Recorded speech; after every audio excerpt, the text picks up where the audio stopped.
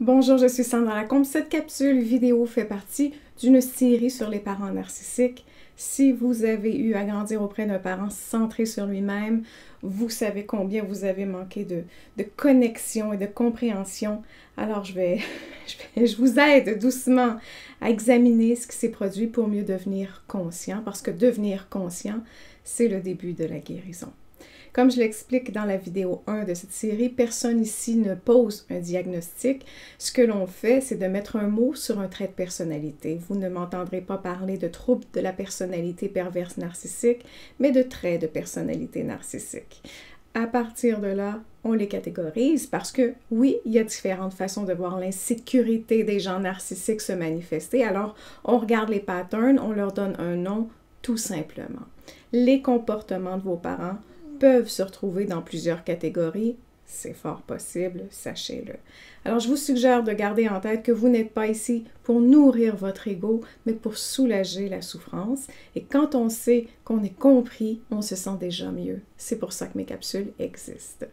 Cette série sert également à comprendre un conjoint ou une conjointe avec qui vous avez un enfant. Si vous l'utilisez pour cette raison, surveillez bien ce que les comportements causent à vos enfants et trouvez un antidote pour le soulager du poids que l'enfant ressent.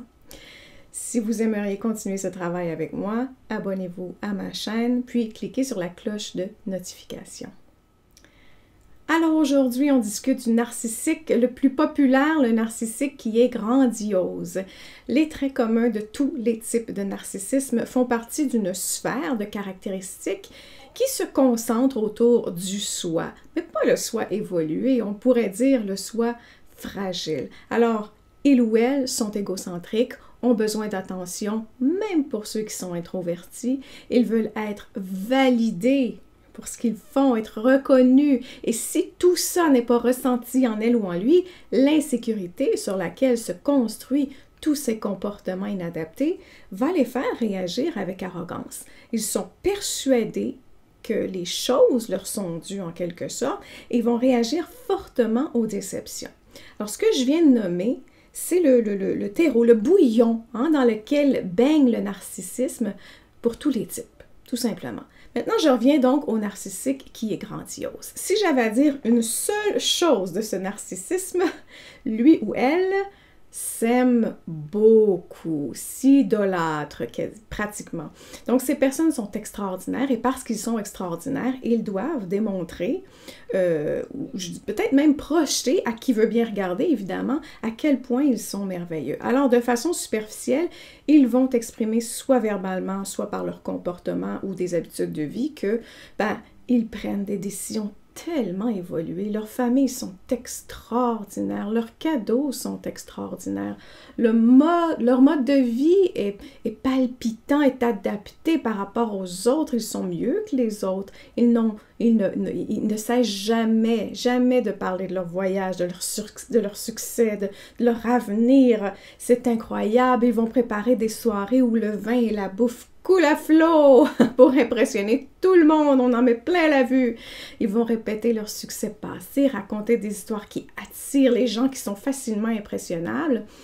Et quand ils subissent un échec, ce n'est pas à cause d'eux.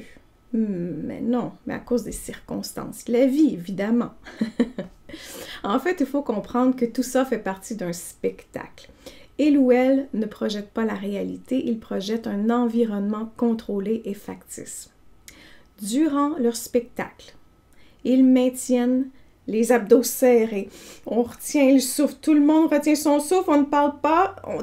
On doit présentement donner son spectacle. Après, on verra. Quand le rideau tombe, le personnage redevient l'humain.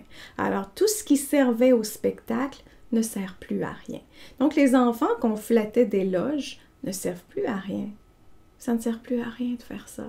Alors, la dévotion, l'admiration, les félicitations, l'attention, quoi d'autre? Prendre soin de l'enfant, intégrer l'enfant dans la sphère parentale. Tout ça disparaît quand la famille se retrouve seule. Alors, l'enfant passe d'important à quasi invisible en moins de 2 minutes. Son existence est importante comme un bibelot est important. C'est superficiel. On l'admire de l'extérieur, on s'en sert pour décorer. Mais profondément, l'existence du bibelot, l'existence de l'enfant, c'est inutile. Ou du moins, on lui offre le minimum d'attention. Donc, les nécessités sont comblées. Je t'ai parlé, un point pour moi. Je t'ai nourri, un autre point pour moi. Wow, je suis merveilleux. Je t'ai transporté du point A au point B. Ah, que dire de plus? Alors, l'enfant est une commodité. Il fait partie du cirque. Donc, the show must go on. C'est tout simplement ça. Donc, pour l'enfant, ce qu'il observe, mais surtout ce qu'il intègre en lui comme information, c'est que je ne suis pas intéressant si je ne fais pas partie du spectacle. J'existe pour bien faire paraître mon parent. Et la déconnexion, elle est si importante que l'enfant ne peut jamais apprendre ce que veut dire la connexion avec le soi. C'est là où la négligence émotionnelle est fortement ressentie. Et il y a un énorme vide, un énorme gouffre, un néant intérieur qu'il ne peut comprendre, et c'est encore ainsi à l'âge adulte. C'est le résultat de la négligence émotionnelle. Et dans les meilleurs cas, les enfants chanceux, nommons-les comme ça, ce sont ceux qui combleront les besoins de leurs parents, c'est-à-dire ceux qui vivront ce succès sportif ou peu importe scolaire, les performances telles qu'imaginées par leurs parents. Ceux-là vont obtenir plus d'attention. C'est une mauvaise attention, mais c'est de l'attention. Alors oui, la personne narcissique qui est grandiose a besoin de toute l'attention et ça se fait au détriment des gens qui l'entourent. Ce ne sont que des outils qui servent à fabriquer l'image qu'elle veut communiquer. Elle crée une histoire, elle a besoin de ses acteurs pour aller chercher son public. Donc l'enfant doit constamment repousser ses besoins, se donner à son parent pour jouer le rôle qu'on lui attribue. Si jamais vous vous séparez d'une personne grandiose, vous allez continuer d'être un outil, vous et l'enfant d'ailleurs. Ils vont se montrer d'excellents parents quand ça les arrange et quand personne ne regarde, vous êtes inutile. Alors oui, quand la nouvelle conquête arrive, oh mon Dieu!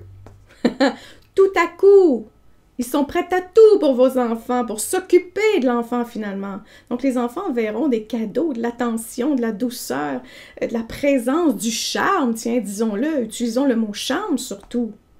Mais ça ne dure pas.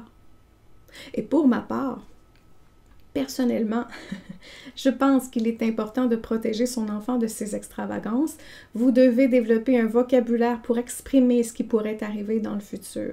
Le préparer, préparer le cœur de votre enfant, non pas en bitchant, le ou la narcissique, mais en lui offrant une réelle connexion, une réelle attention, une réelle écoute, tout en prenant soin des émotions de votre enfant. Accordez-vous à l'unisson à leurs émotions. C'est ce que vous devez faire. C'est votre point d'ancrage avec votre enfant. Et selon son âge, vous pouvez commencer à avoir des discussions là-dessus. Voilà. Peut-être commencez-vous à comprendre que vous avez souffert de négligence émotionnelle. Si vous êtes curieux et que vous avez envie de commencer le travail, vous pouvez le faire immédiatement en complétant le quiz que j'ai créé. Alors rendez-vous sur sandralacombe.com pour y accéder tout de suite. C'est ainsi que se termine la deuxième capsule sur le narcissisme. Il y en a d'autres qui suivront, et oui, et d'ici là, je vous dis, prenez soin de vous, car tout le reste suivra.